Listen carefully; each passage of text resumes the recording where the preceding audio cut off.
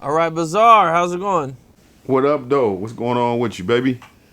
Man, you know, just what I'm saying, getting ready for this interview, you know what I'm saying, knocking it out, man. I thought we'd start kind of, you know what I'm saying, through your childhood and everything, and for the people who are on my channel who might not know about you, I'm sure a lot of people probably know from D12 and know you from what I'm saying, being around Eminem and everything, and but you know what I'm saying, can you kind of paint that picture for them what it was like for you growing up? Um, I grew up in Detroit, West Side, 7 Mile, Evergreen. Um, my childhood was cool. 7 Mile was a wild place to live at. Um, Detroit is a wild place, man. But music and rapping saved my life, though. Just put it that way. The music saved me. Okay. What age were you when you started getting into music? I started getting into music fifth grade. Fifth grade, I joined this shit called the Glee Club, but I really couldn't sing and shit. But it started off just a way to get out of class and shit. You know what I'm saying? Cause I didn't really like school like that, so I joined the Glee Club, which is like a singing like a choir shit. And then one day they needed somebody to rap about Dr. Martin Luther King, and I volunteered. So I ended up kicking this little rap about Dr. Martin Luther King and shit. And then after that, the rapping shit just stuck to me. So about 10 years old. Okay. How'd you get the name Bazaar? Oh man, I got the name Bizarre because I used to be rapping in class to myself, like, you know what I'm saying, like on some weirdo shit. So if you didn't know what I was doing, you thought I was crazy or something. I was talking to myself. So the teacher named me Bizarre, the Bizarre Kid. He's called me the Bizarre Kid. You know what I'm saying? So that's my rap name. It just stuck. And then after I got older, I took the kid off and shit and just rolled with Bizarre. What kind of student were you in high school? What kind of student was us, man?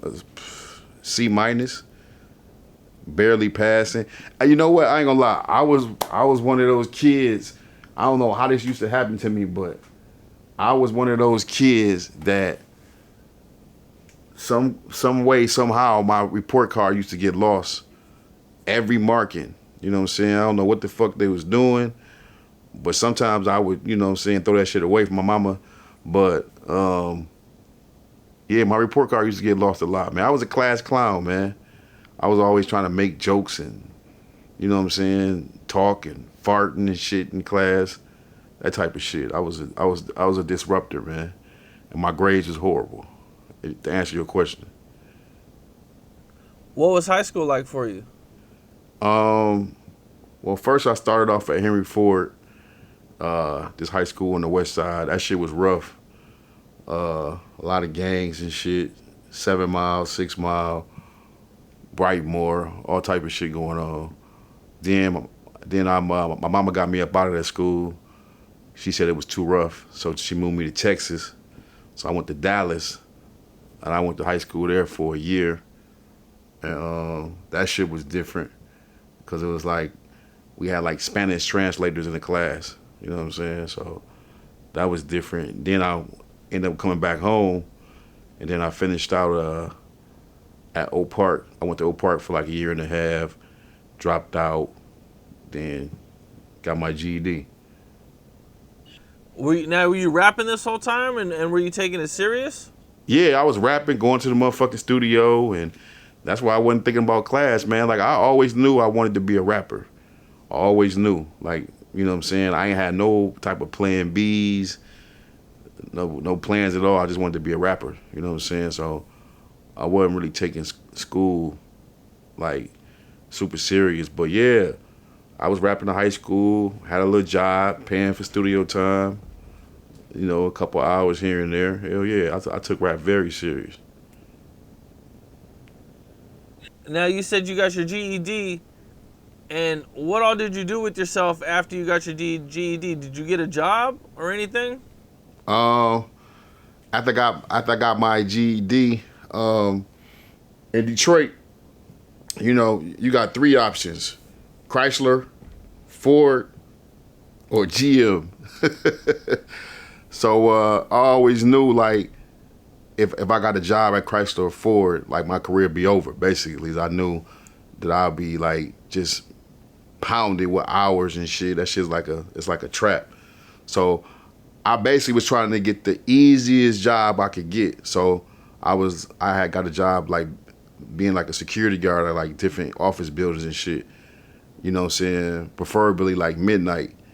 And I used to do that shit and write raps and shit while I was at work. So, and then, sell a little weed on the side or some bullshit. At what point did the music start to pick up for you? Um, at what point? Probably at the high school. When we started doing rap battles and shit. I started doing rap battles. Me and Eminem, we started traveling back and forth from Jersey to Detroit. We started, going to all the rap conventions. How Could I Be Down? The Freaknik in Atlanta. That's when it started to get serious. Okay, and at what point did you meet Eminem and D12 and everybody? I met Eminem when I met him when I was 18 at the hip hop shop.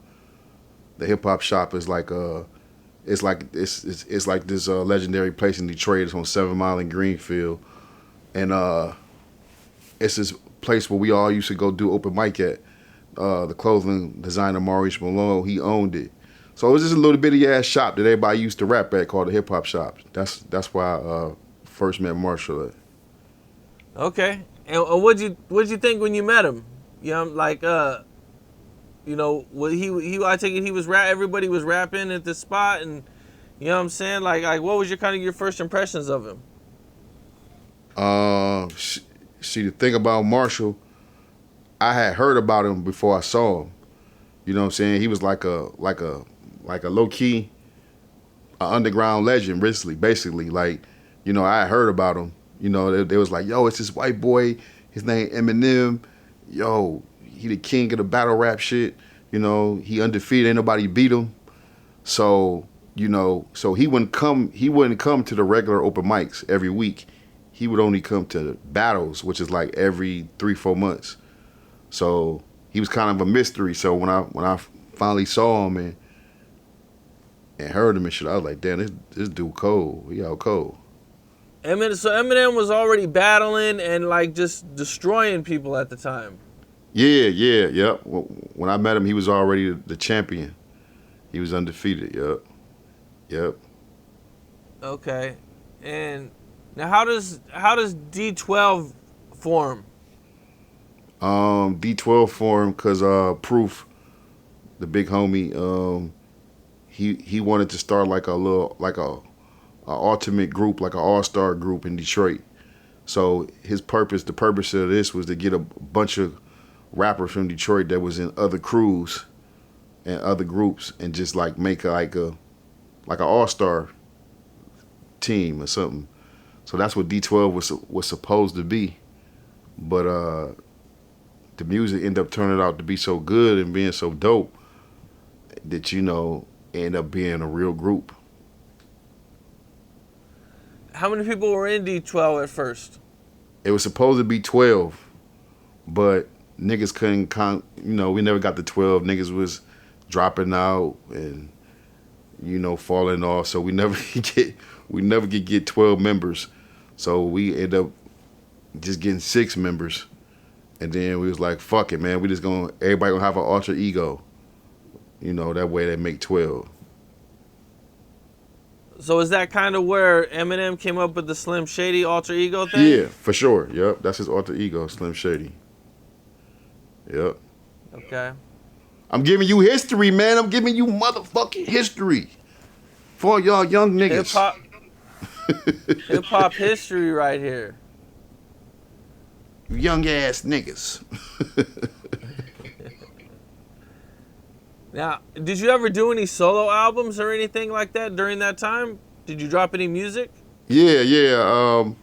My first album was called Attack of the Weirdos. That's what people know me from in the underground.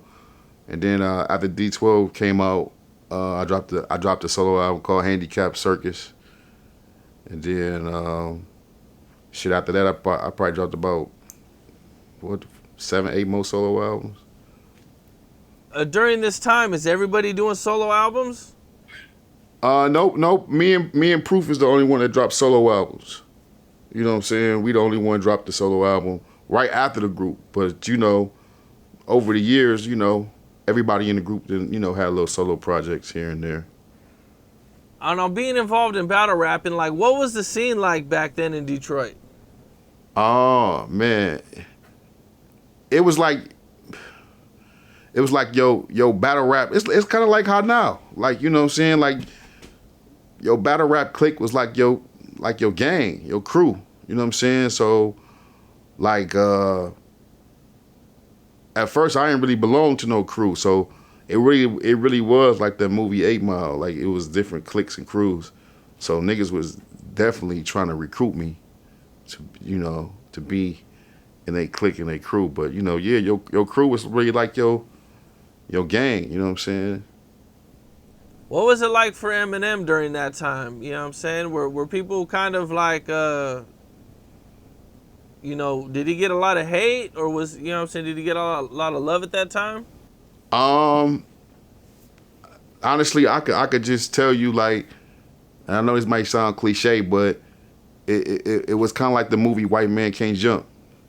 You know what I'm saying? Like, I just seen him go into a lot of open mics, a lot of venues, and I just seen people like, oh, he a white boy. What are you about to rap about? He ain't no shit. Then after the first 3 or 4 bars, it's like, oh shit, damn. You know what I'm saying? And he ended up, before the song over, he ended up catching their attention. You know what I'm saying?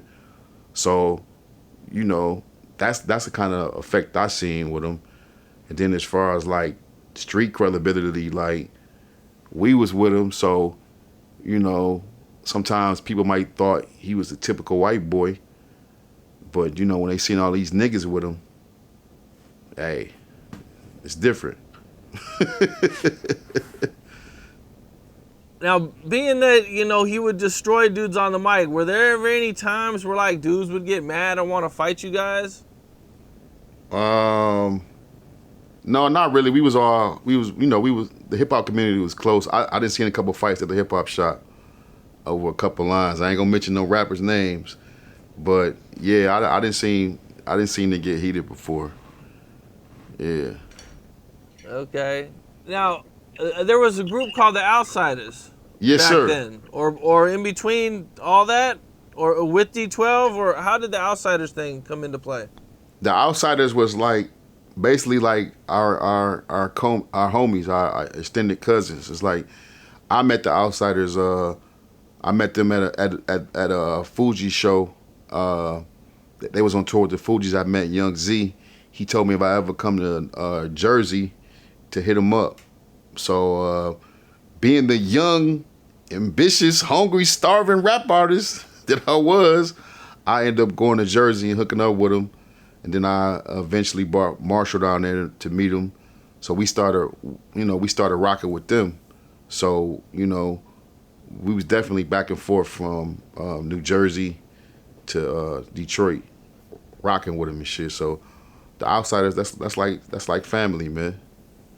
You know what I'm saying? Who all was in the Outsiders? Oh man, it's a million Outsiders, man. I can't think of all of them, but I can tell you the main ones is Young Z, Pace One, Rod Digger, Slang Ton, Loom, Axe, Denton, Haas, and as is. That's it might be more. It's a lot of us. Around what year was this? What year is this? Yeah. Man, I smoked too much weed, popped too many pills. Was this You like you have to put before Google out. D12, after D12? Okay, the beautiful thing with that is it was before D12, but during D12 too, because we both got signed at the same time. So we got signed in Interscope, they got signed in the Columbia. So, you know, we was rocking at the same time. So we did like about 3-4 tours together. You know what I'm saying? Yeah, we was rocking out. So it was basically happening at the same time. Okay, I see.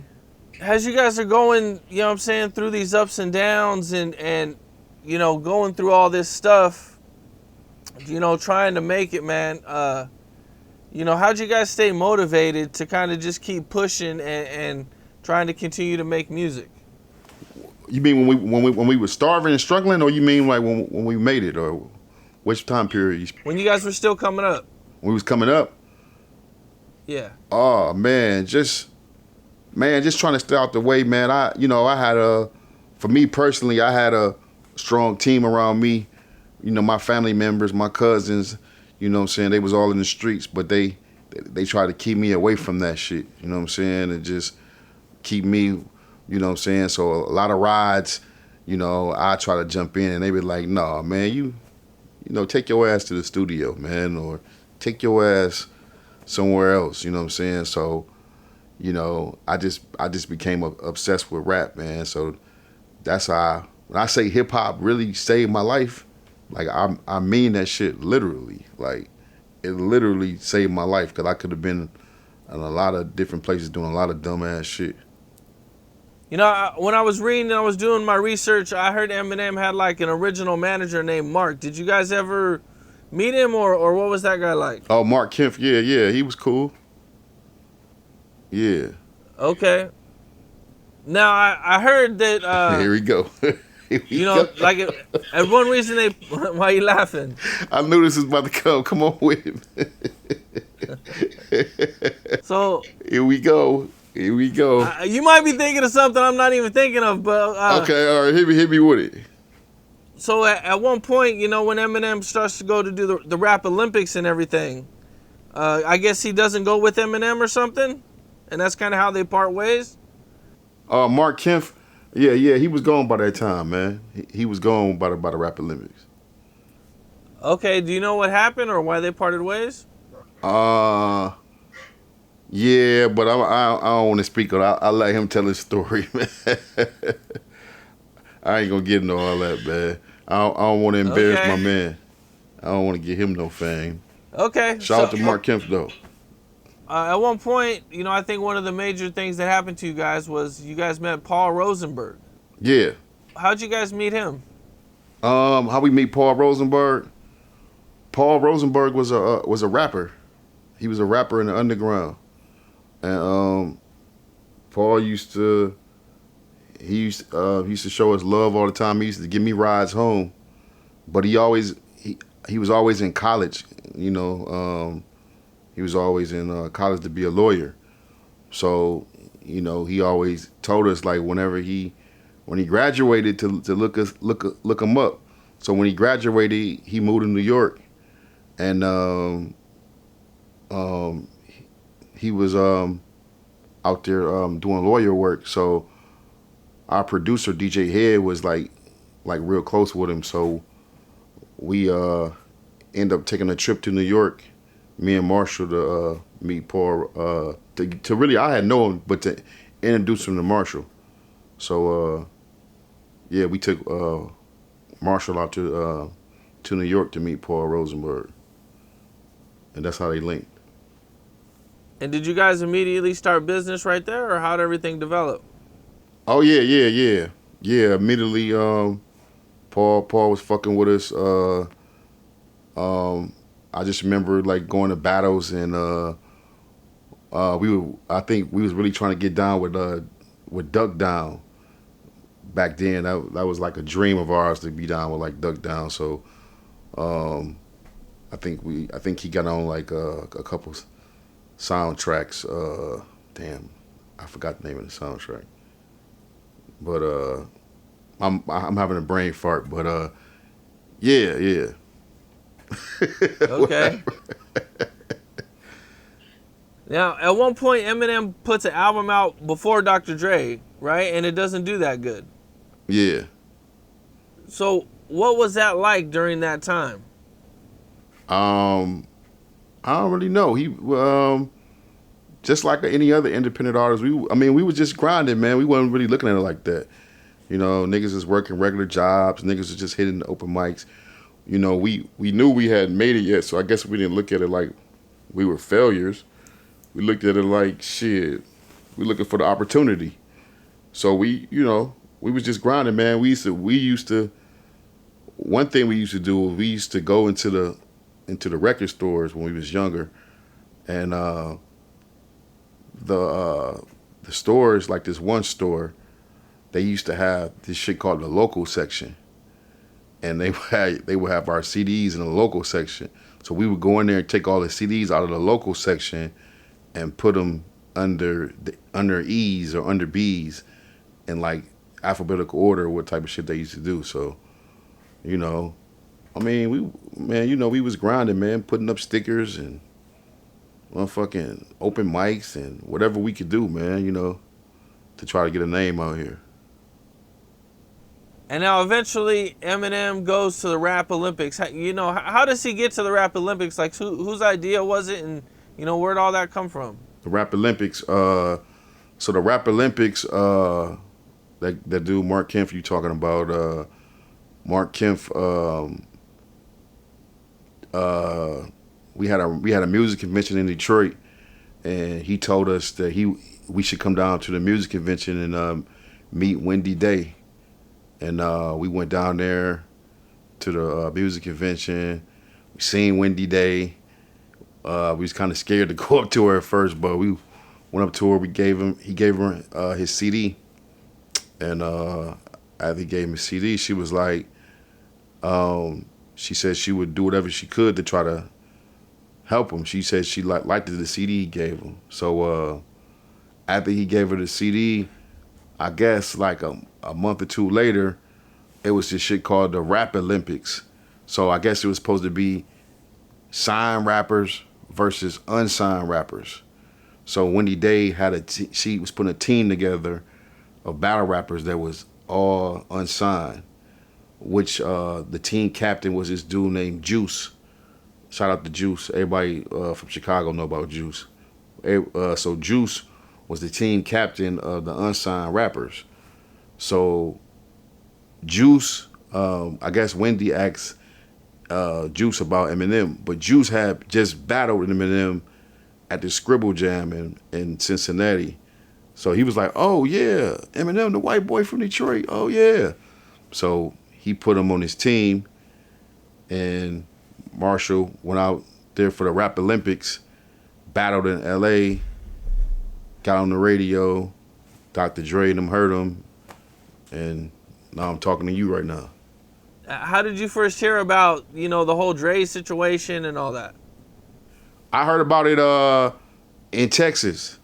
My mama had moved to Texas, and I was down in Texas. I had just moved there. I was doing the security, being a loser, doing security at this hospital, and they told me I had a phone call up in the security booth. So I was like, damn, who the fuck called me at work?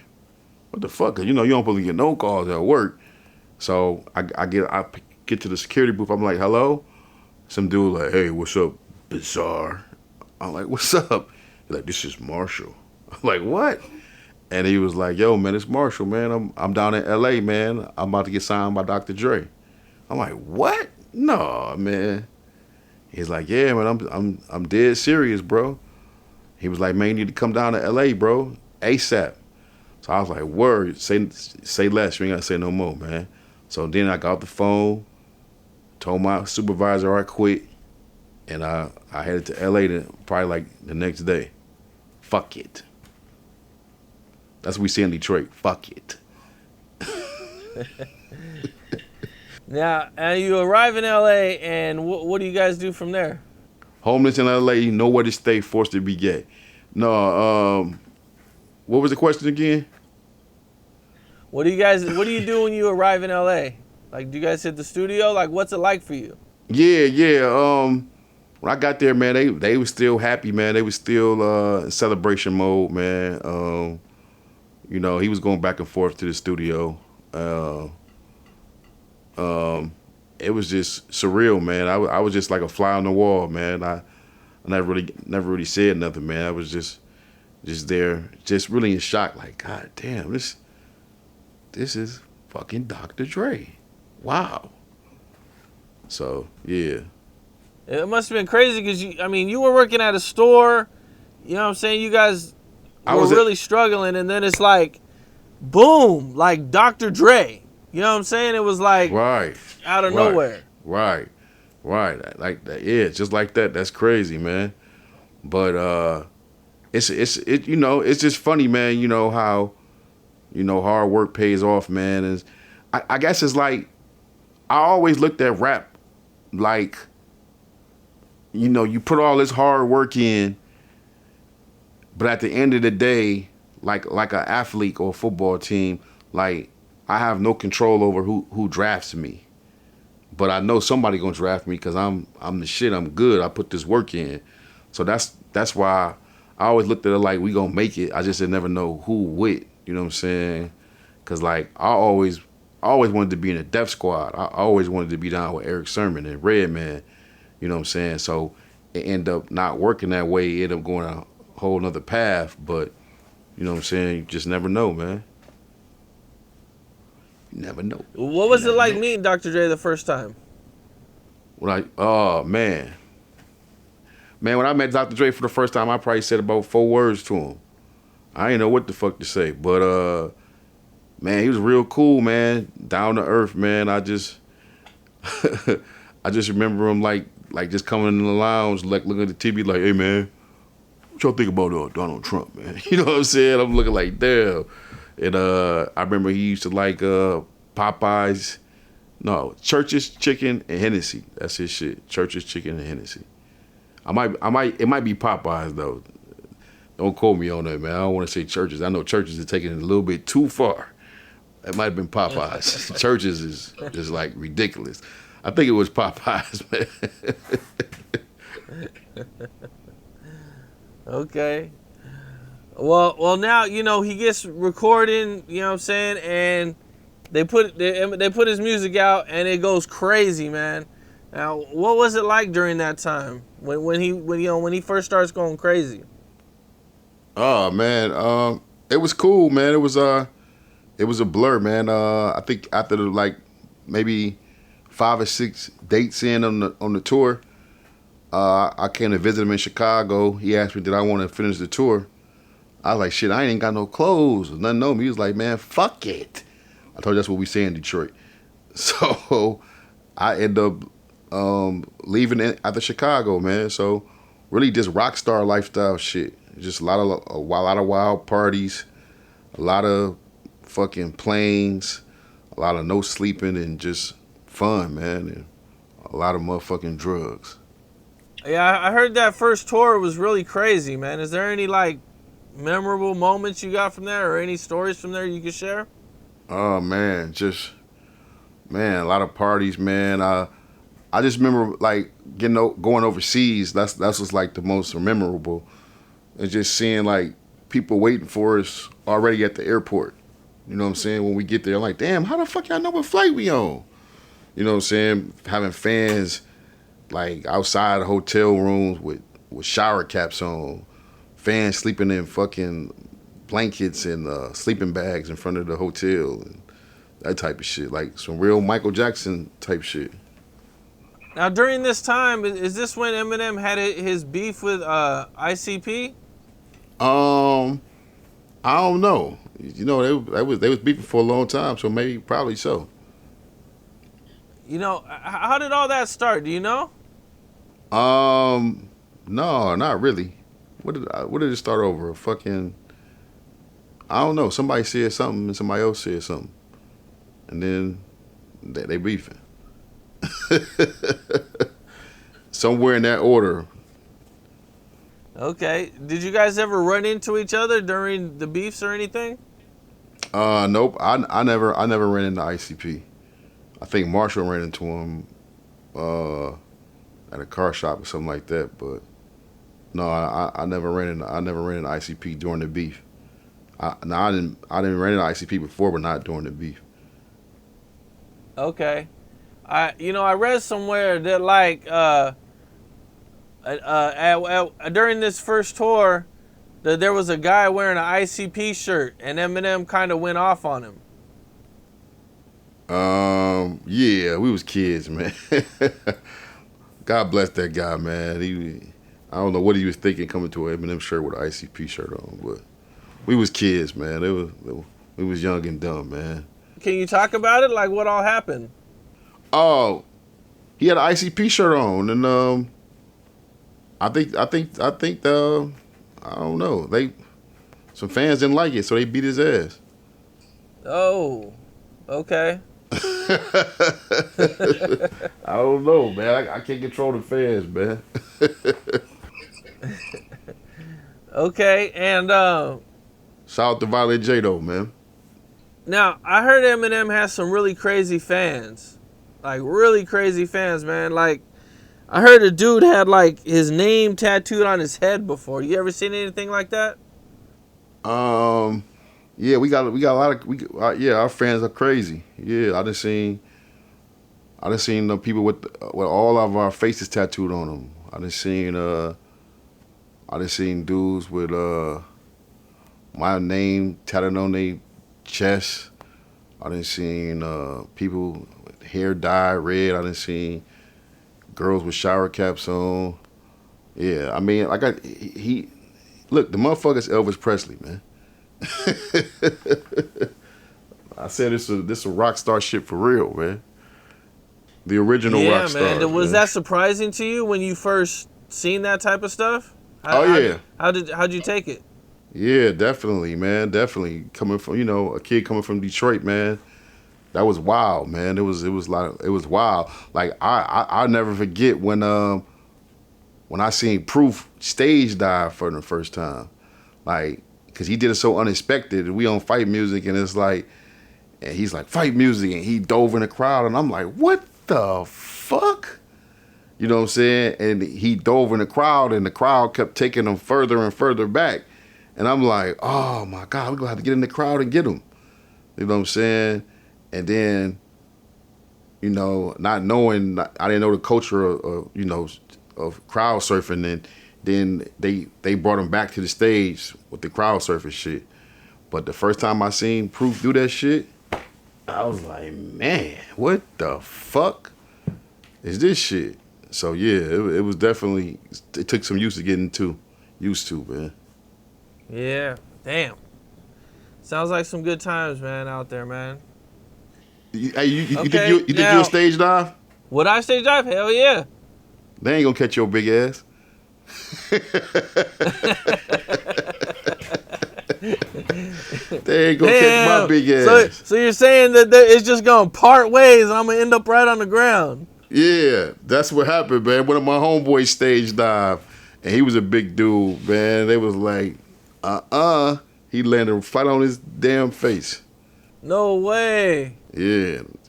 And they discriminate against big Damn. people when it comes to stage dive. So Oh man. so it's only a good idea to stage dive if you're nice and skinny then. Yeah, you gotta be like 160 or something. Ah, that's crazy, man. All right. Well, at some point, Eminem and Dr. Dre they decide to get together and sign 50 Cent. Right. Now, what was that like for you guys? I believe Eminem was already this huge star and everything, and now they bring 50 Cent into the equation. It was dope, man. Well, all of our security guards was from Queens. Mostly all of them was from Queens. So we had been hearing his mixtape on tour. You know what I'm saying? So we was already familiar with him and his buzz. So when they signed him, man, it was dope, man. It was like putting another addition to an all-star team. So yeah, man, we was happy, man. Were you surprised Eminem signed him? Being that No, he, you know what I'm saying, he's kind of, you know, different than kind of what you guys were doing?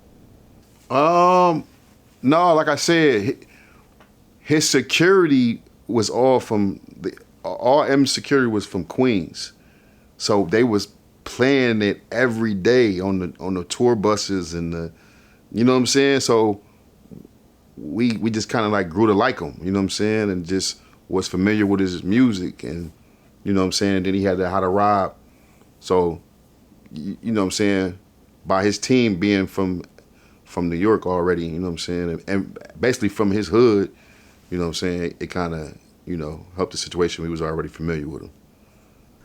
You guys were tuned in to 50 Cent like way before everybody else. Way before How to Rob and everything. No, no, no, no, no. Right when he was getting hot, when all the mixtapes started popping. You know what I'm saying? Oh, okay, Yeah, I see. yeah. I seen you talk about like things changed for you guys after 50 Cent got signed. Can you kind of talk about that a little bit? Which, oh yeah, you know, I mean, things didn't. I mean, it changed from the aspect of, you know, we street niggas, so you know, we grew up in Detroit, so we always, you know, was on point. Even though we were like a funny group, we still had like street beefs and little problems in Detroit people don't really know about. But as far as like touring, we didn't really have to worry about that type of shit that we had to worry about when 50 Cent came. When 50 Cent came on aboard, like, shit got different. You know what I'm saying? It was, you know, bulletproof vests, you know, bulletproof motherfucking vehicles. Like, shit was going down. You know what I'm saying? We had to be on point. We had to, you know, not don't go nowhere alone type shit. Like, yeah, it got real. I heard that 50 Cent used to have a bunch of dudes in the crowd kind of watching out for him.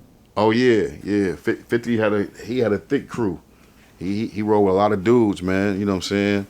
I remember one time I think I was in Detroit, just like at a random hotel on some creeping shit, and I see these dudes roll up in like a 15 passenger van and shit. They was deep as hell, and they got out. I'm like, damn, what the fuck these dudes? And they was like, what's up, Bazaar?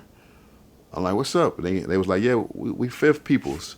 So Fifth had like some people in Detroit ready already, and it was like 2 days before the show. So they drove down. So yeah, dog was always on point. Yeah, he stayed on point. You know, there was a situation where Suge Knight showed up to the In the Club video. You know, can you kind of talk about that little bit and what all happened there? Oh, Suge Knight. Man, I done heard about 100 people tell this story, man. But I was keep it real brief. We was at the In the Club video shoot. Game 50. Everybody was there. I just heard somebody say, Suge Knight's here. And I looked, and Suge was there, but he had some essays with him though. You know what I'm saying? He all essays, and he looked at Fifth, and Fifth was like, "What's up? What's up?"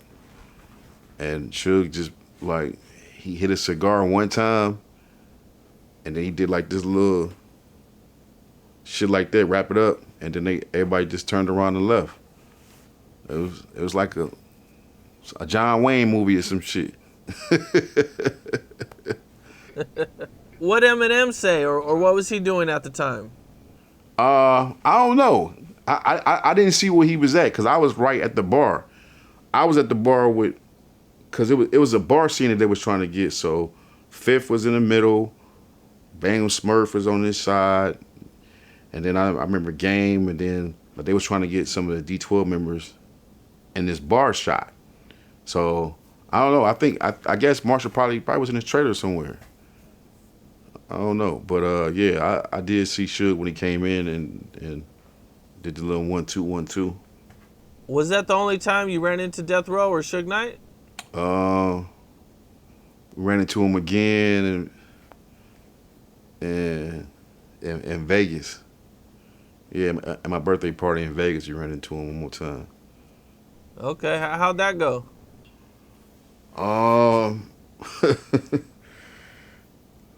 it it could have went left, man. I guess Kid Rock. I guess he was with Kid Rock and Proof, and I don't know if Proof was a little intoxicated at the time. I ain't for sure, but I guess Kid Rock was trying to introduce Proof to Suge, and Proof didn't want to shake his hand.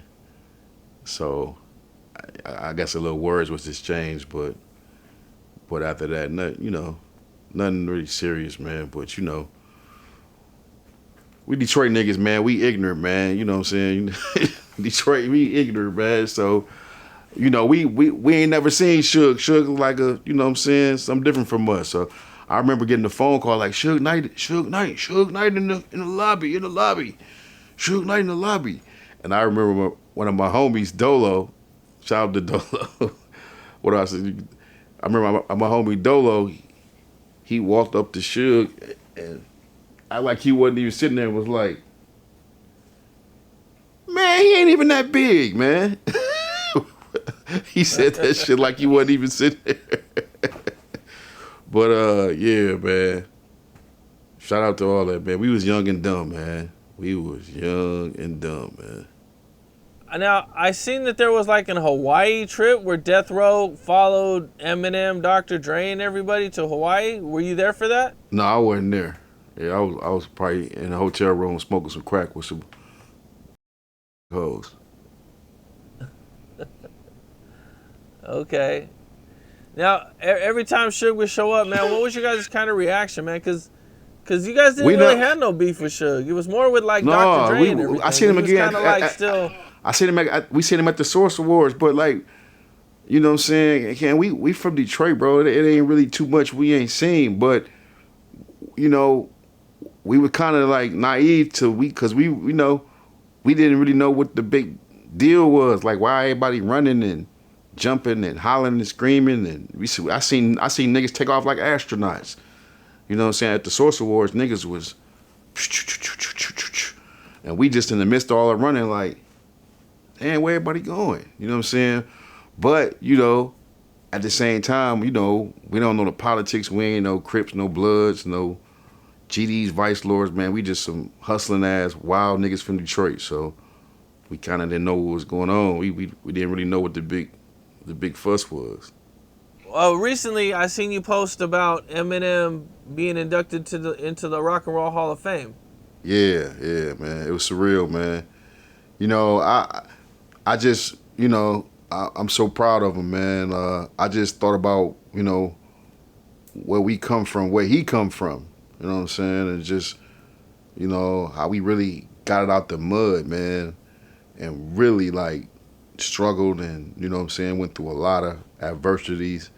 You know what I'm saying? Even with him being white in a predominantly black city and trying to be a rap artist and, you know what I'm saying? And we just thugging it out with him. You know what I'm saying?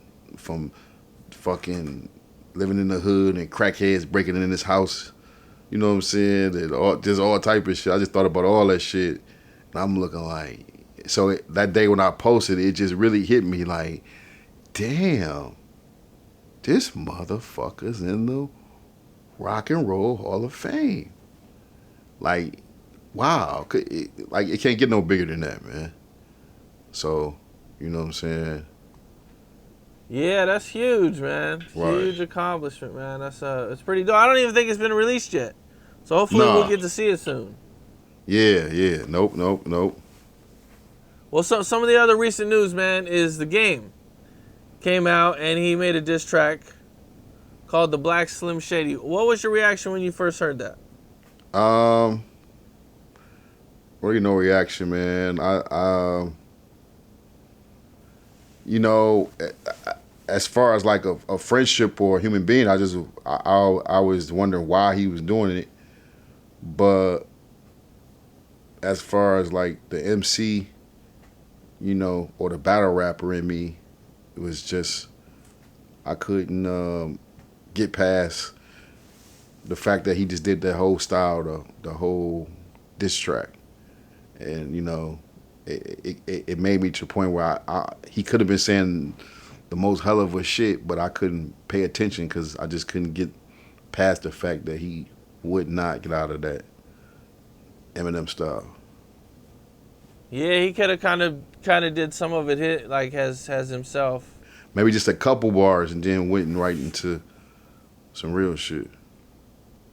Yeah, yeah, man. I mean, I like the song. I thought it was dope, man. I don't know, man. You know what I'm saying? Like, I don't want to see Game and Eminem battle. No, I don't know. You know I what don't I want to see mean? it either, man. Maybe it's just me. You know what I'm saying? Like, I don't want to see that. It don't feel natural. It feels like a desperate attempt. Like, you know what I'm saying? Like, we too old for this, man. It's like where all of a sudden did this come from? You know what I'm saying? So I got to take what he said. He said it comes from just a competitive nature. He feel like he the best. So from taking that from that point of view, then I don't. You got to do better than that. Right, right. Fuck it. You know, one thing I was really surprised when I learned, man, is that shit. Eminem and Snoop. Did you hear that fart, man? I just let out. That shit was I did crazy. not hear it. I'm having trouble hearing. Yeah, you don't need to hear that shit. That shit was loud than a motherfucker. Damn, that shit smelled like a boiled hot dog water.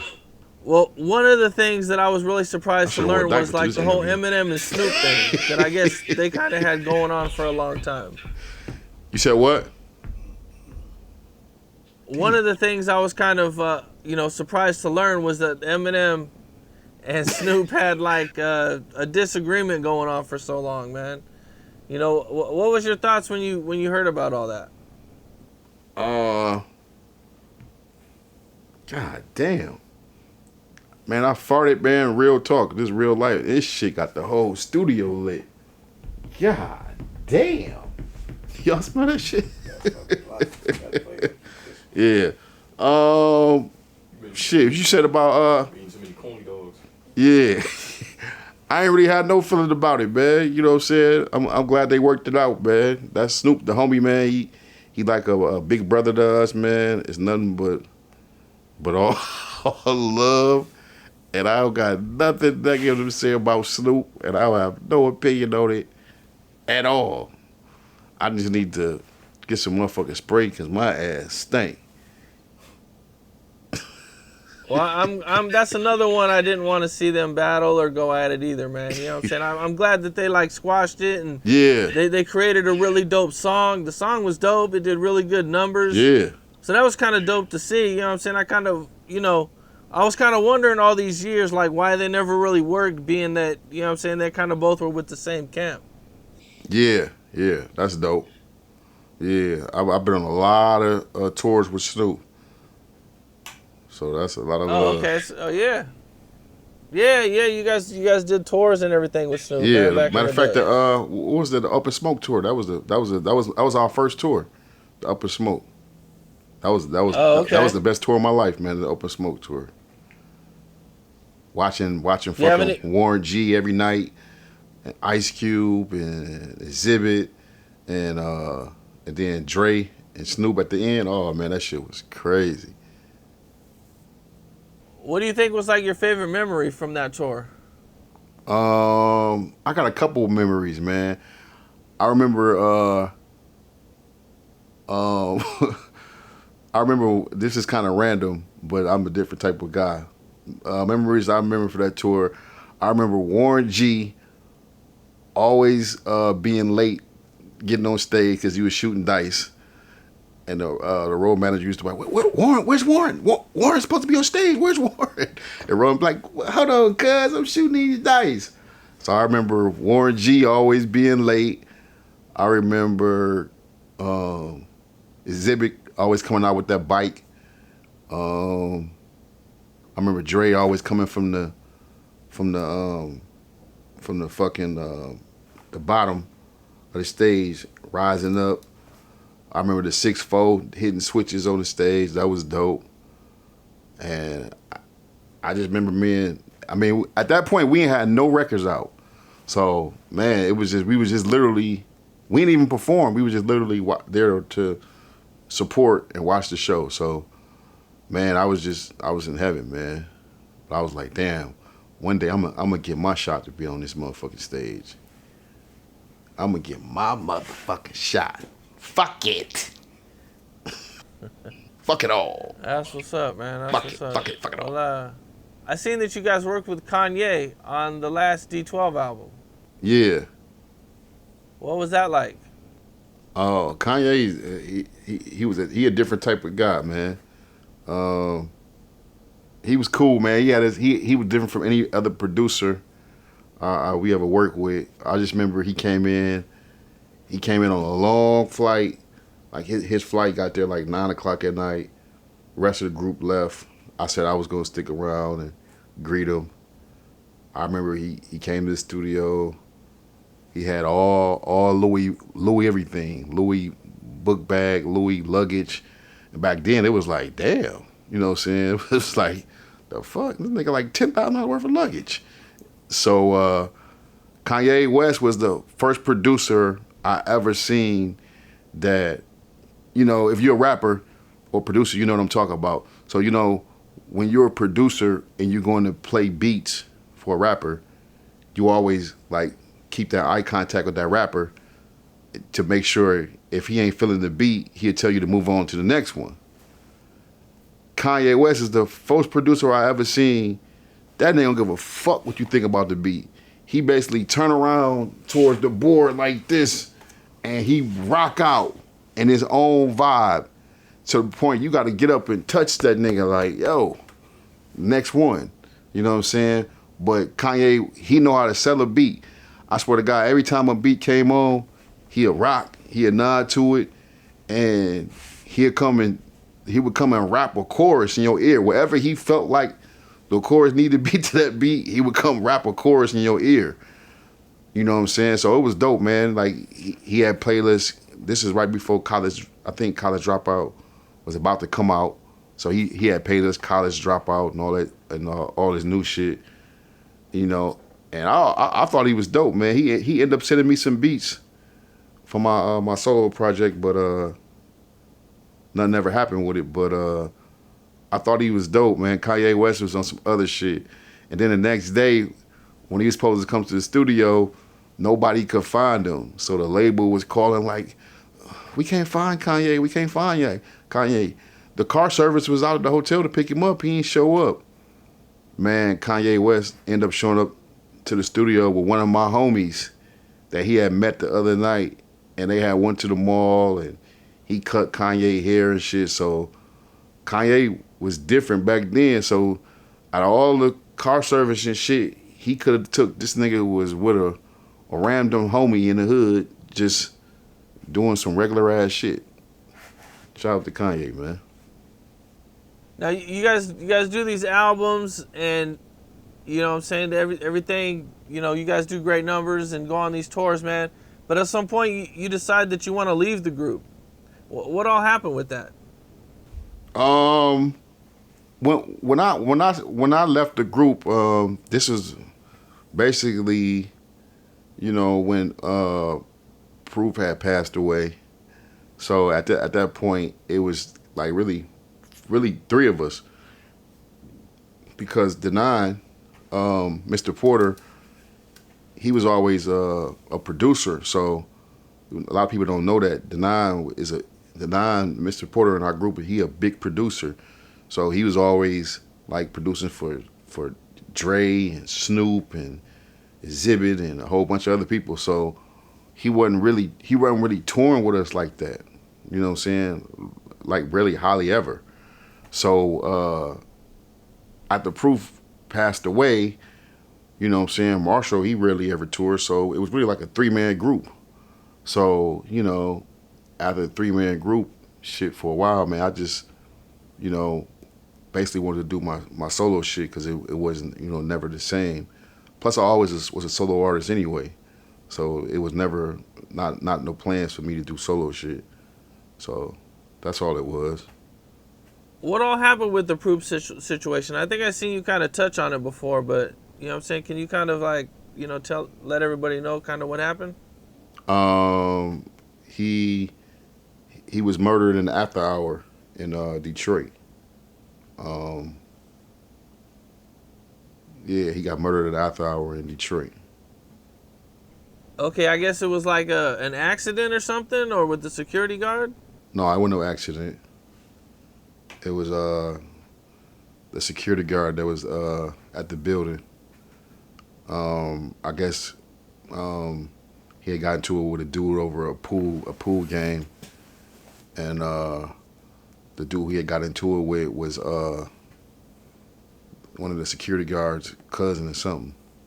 So when they got into it, I guess the security guard just started shooting. Okay, and he shot somebody else too at the time. Yeah, he shot his cousin. Damn. Right.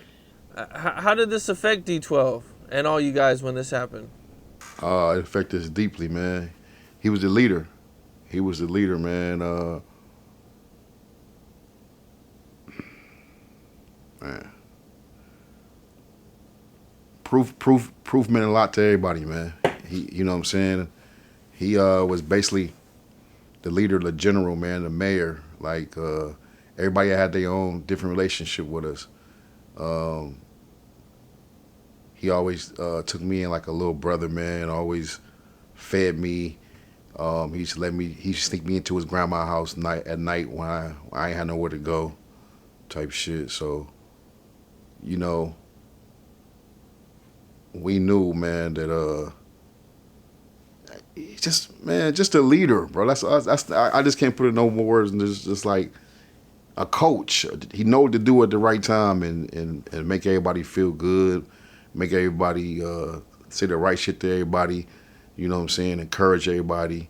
He was just that guy, man. So I'm telling you, man, you can talk to 50 different dudes about Proof, and they all probably have a different story.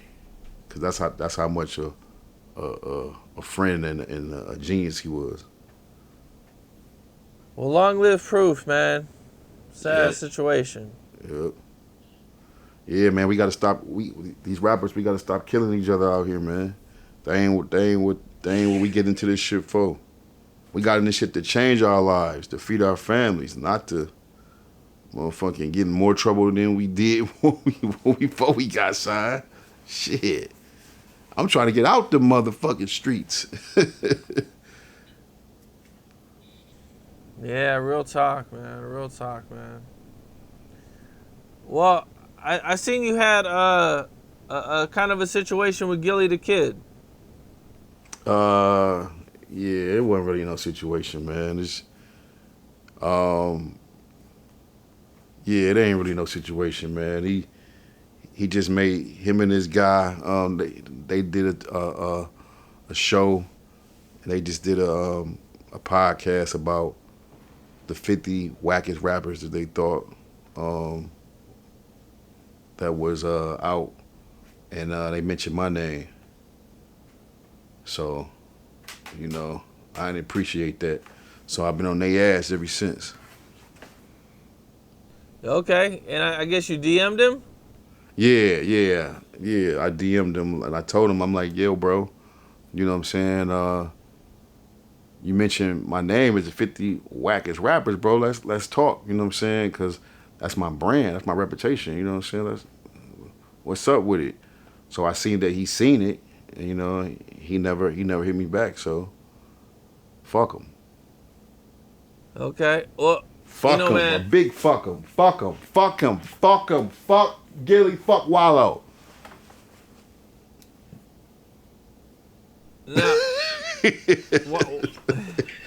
Hello.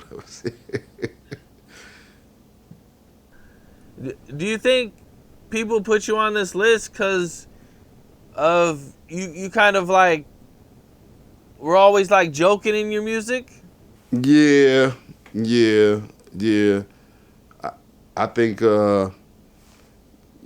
know what I'm saying.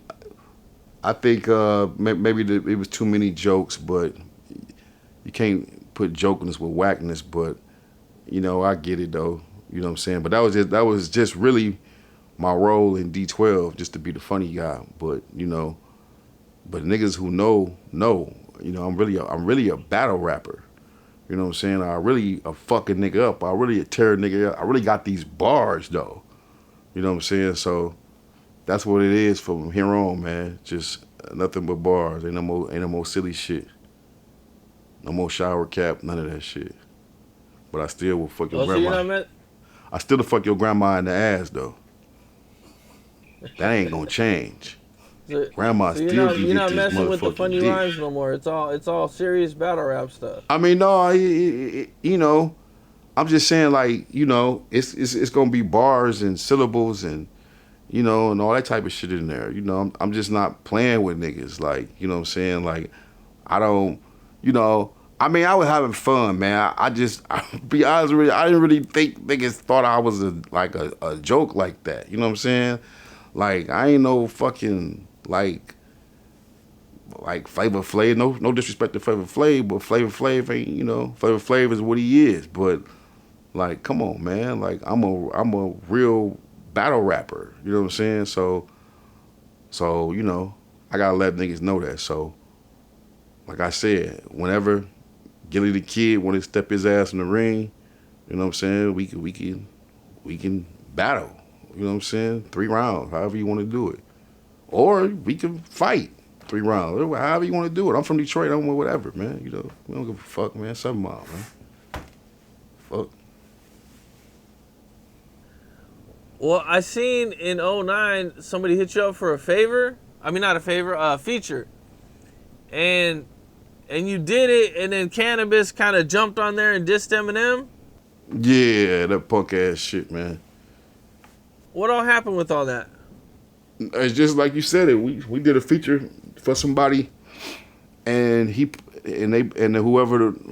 had the feature put Cannabis on the song, and then try to make it seem like we did a song with Cannabis. Some goofy shit, some goofy ass internet goofy I didn't know. shit. I didn't know Eminem and Cannabis had a thing going. Why was Cannabis dissing Eminem? I don't know, man. I think that was really just some rap shit. To be honest. It was just more okay. Okay, I see. Okay, and how did that? Was Eminem mad about that or anything? Or Nah, hell no. He know we want. Man, this shit real with us, man. This ain't no like we a real family, bro. Like just think about it. Like every rap group that you just seen come out, especially somebody that's been together for 20 years. At some point, niggas get to dissing each other and all that type of shit. You ain't never seen that with us. Never.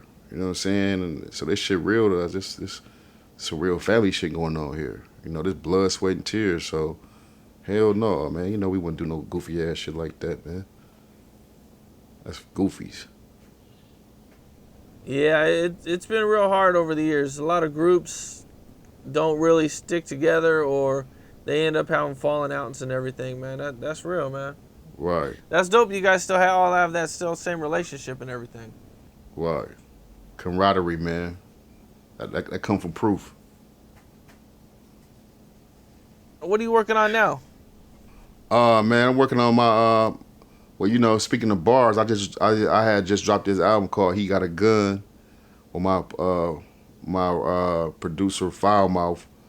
I had to take it back, man. So he like this he this white boy from Southwest Detroit, and he got this like grimy ass studio in his basement, and that's what I needed, man. I needed to go back to the roots, man, to the basement, and that shit got me back on point, man. So you know, I think I'm in my prime now, man.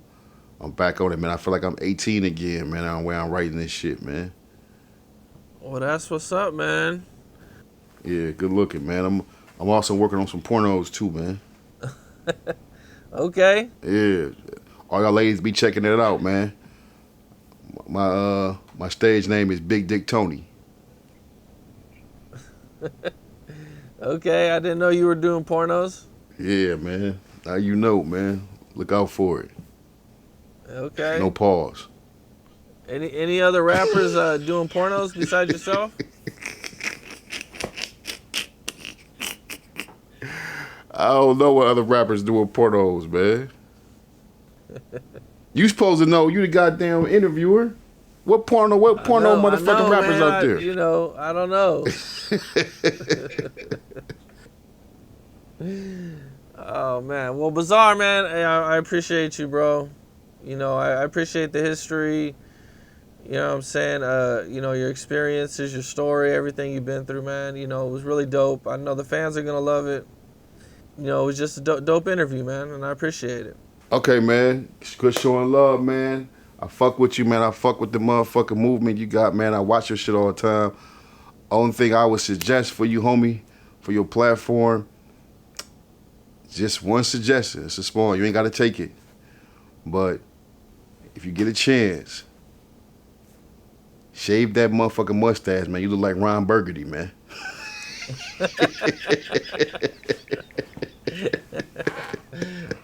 Okay, I'll think about that, man, for All sure. right, man. You can be in the porn industry, man. I think it's just the phone. I'm hoping it's just the phone. Yeah, I think you're too I think close if up I'm to back it. here a little bit. Yeah. Oh, now you look better. Now you look better.